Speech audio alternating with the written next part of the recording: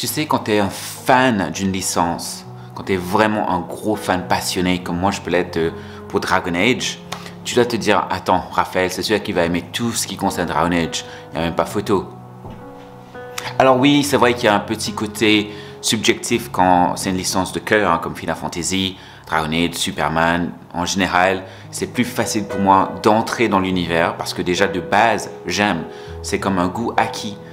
Mais en fait, on est aussi très critique. C'est ça qui est marrant. Si toi aussi tu es fan d'une licence, tu vois de quoi je parle. Oui, tu aimes la licence, tu vas tout regarder, tu vas tout dévorer de ce qu'il t'offre. Mais en même temps, tu vas être encore plus critique qu'une personne, on va dire, entre guillemets, normale, qui ne connaît pas trop la licence, qui n'est pas trop fan, mais qui va quand même regarder par curiosité.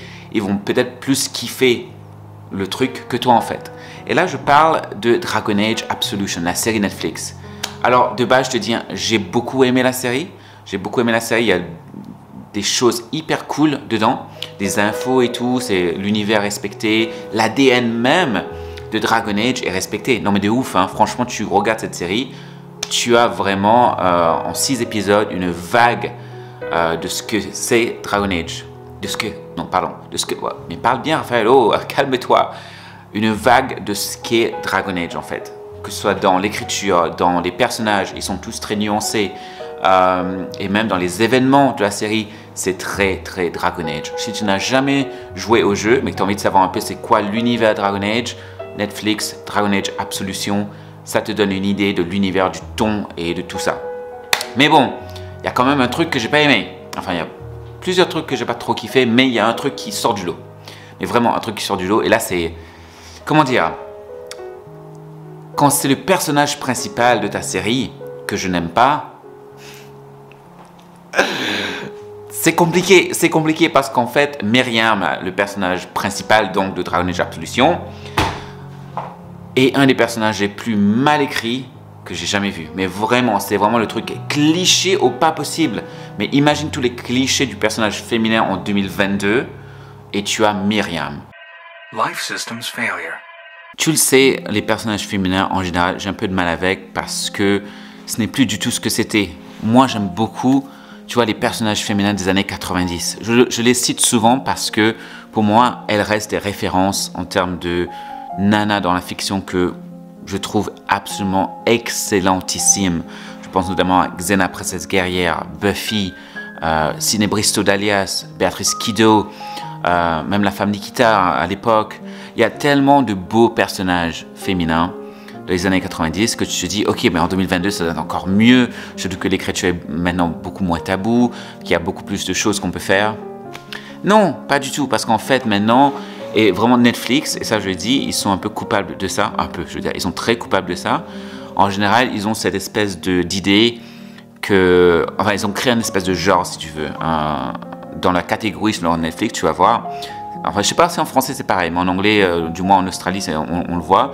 Tu as des catégories, tu vois, genre science-fiction, action-aventure, etc. Ensuite, tu as les séries avec des nanas badass. Je paraphrase, je vulgarise le truc, mais c'est ça en fait. Les séries ou les films avec des nanas badass. Et là, je dis, attends, tu vends ton truc sur ça? Ok, d'accord, bon, ce que tu veux dire, c'est que peut-être c'est des séries d'action, des films d'action avec des nanas en personnage principal. Non, que nenni, c'est juste tous les films séries normales, mais avec des nanas en personnage principal, qui sont complètement genre sans faute, elles gagnent tout, il y a vraiment aucun enjeu en fait. En gros, si tu veux, elles font face à des obstacles, et les obstacles, c'est rien, c'est du papier, quoi. Ils déchirent tout comme ça, facile. Alors, les personnages surpuissants, ça on connaît, ça existe dans tous les genres, surtout dans les comics, ça on connaît, hein. Tous les super-héros, en général, sont des êtres, on va dire, surpuissants dans l'écriture, parce que voilà, c'est des héros, ils sont supposés triompher. Mais ce qui fait la différence entre un personnage surpuissant bien écrit et un qui est très mal écrit, c'est que celui qui est bien écrit aura des obstacles assez conséquents. Même Superman, il a Darkseid, il a Doomsday, même Lex Luthor, même si c'est un mec, on va dire, normal, un être humain, son intelligence fait que c'est un très grand ennemi de... Oh, j'arrive pas à parler. Un grand ennemi de Superman. Batman, il a le Joker, etc. Bref, tu m'as compris. En fait, les obstacles font que les héros qui sont surpuissants sont beaucoup plus intéressants. Et là, dans Dragon Age Absolution, Myriam, elle peut quasiment tuer tout le monde mais genre, elle peut tuer une armée de 1000 personnes sans problème, quoi. Genre, elle fait face à tellement de trucs, tu te dis, mais attends, c'est quoi l'enjeu? Pourquoi je devrais m'intéresser à elle?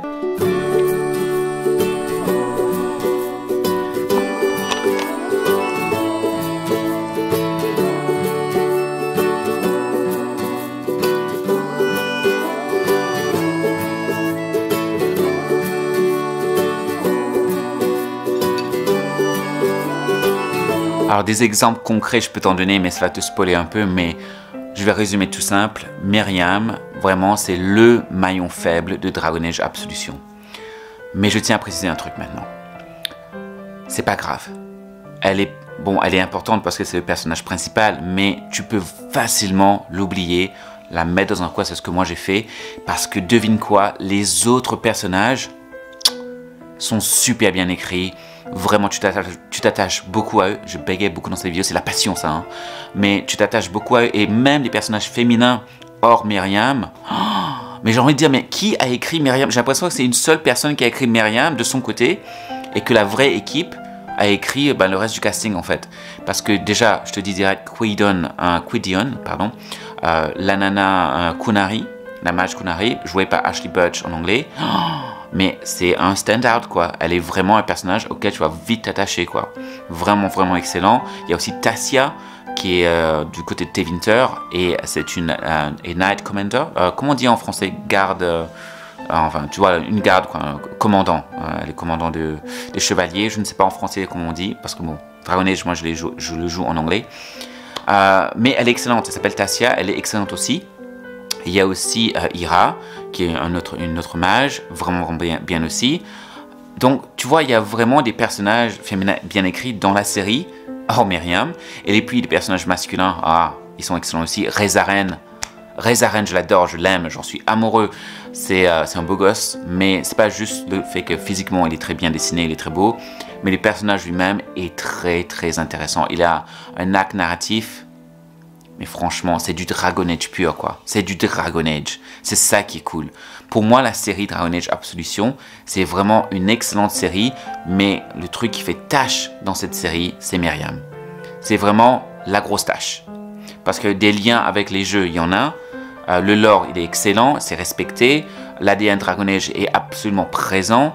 Les autres personnages, tous les personnages hors Myriam, c'est du Dragon Age. Tous les personnages hors Myriam sont super attachants et ils sont pas parfaits. Ils ont des qualités et des défauts, mais c'est ce qui fait la beauté de Dragon Age, de l'écriture BioWare, de l'écriture Dragon Age. Ah là, je te jure. Alors, je te conseille vraiment la série. Si tu es fan de Dragon Age, tu vas kiffer. Si tu n'es pas fan de Dragon Age, tu ne connais pas du tout, tu vas quand même kiffer parce que c'est assez ouvert, c'est assez accessible. Alors, je te dis direct, il y a quand même des références que si tu n'as pas joué au jeu, tu ne vas pas vraiment les comprendre et ça va peut-être pas t'impacter plus que ça. Mais si tu as joué au jeu et que tu kiffes Dragon Age, la série, elle est nickel.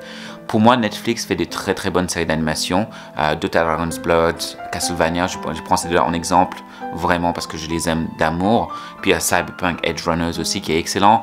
Bref, Netflix, ils ont bien réussi leur coup avec l'animation. Mais le seul truc dans Dragon Age Absolution, je le dis, et vraiment, encore une fois, je te préviens, si t'es comme moi, que tu vois un personnage féminin où c'est vraiment, le seul truc qui est mis en valeur dans ce personnage, c'est badass. Ce mot, il m'insupporte maintenant. Dès que j'entends ce mot pour un personnage féminin, j'ai envie de zapper direct parce que je vois déjà le genre de personnage féminin que c'est et c'est exactement ce que c'est. C'est pas un personnage nuancé, il n'y a pas de relief, c'est vraiment caricatural au plus haut point. C'est vraiment la nana un peu. J'utilise souvent un exemple, mais Black Widow, dans les premières apparitions qu'elle a faites dans Avengers et Iron Man, c'est à peu près ça, quoi. Elle te bat tout le monde, limite, elle est intouchable, il n'y a pas de vulnérabilité. Bref, pour moi, Myriam, tâche, si je pouvais l'effacer, je l'effacerais. Elle est vraiment la chose la plus horrible dans cette série, mais à part elle, le reste est excellent, donc je te conseille la série. En résumé, tu as 6 épisodes, et dans les 6 épisodes, ça suit une trame, une intrigue assez intime, qui est vraiment focalisée sur un endroit de Tevinter. C'est pas une grande épopée, tu vas pas à l'aventure dans plusieurs endroits, c'est vraiment bien centré, bien focalisé. Pour moi, c'est une façon pour BioWare de montrer ce qu'aurait pu être Dragon Age Dreadwolf dans sa première version. Et encore, on ne sait jamais, hein, peut-être que Dragon Age Dreadwolf va suivre un peu Le côté intime et très focalisé de ce Absolution, on ne sait pas encore. Mais en tout cas, la série, je te la conseille. Juste, bah voilà, Myriam, prépare-toi. Après, je sais pas, peut-être que tu as kiffé, hein, mais personnellement, moi, j'ai pas kiffé. Après, c'est pas un spoil, hein, parce que c'est déjà dans le poster dès que tu ouvres Netflix. Il y a des thèmes lesbiens et gays, donc gay et lesbiens. Et ça, je suis très très content parce que ça fait aussi partie de l'ADN Dragon Age. Et je suis très heureux que ça en fasse partie. Je te spoilerai pas plus que ça parce que bon, là, je t'ai juste dit ce qui était sur le poster. Hein, franchement, c'est pas un spoil. Vu que dès que tu vas ouvrir la série, tu vas voir, c'est juste là. Mais en tout cas, tu vas voir, si tu es un peu quelqu'un comme moi qui aime bien voir ce contenu dans ces séries, dans ces films, ben, tu vas être servi parce que là, c'est vraiment du pur Dragon Age. Alors voilà, pour moi, la série, elle en vaut absolument la peine. Pour moi, c'est une bonne série. Il n'y a que le personnage de Myriam qui fait tâche. Et je l'ai dit, j'ai répété 100 fois, je crois que tu as compris. Donc, je vais m'arrêter là parce que je peux continuer à parler de Dragon Age pendant des heures, des heures, des heures. Vive Dragon Age! Vive Reza Reign! Parce que tu sais pourquoi? Parce que vive les beaux gosses!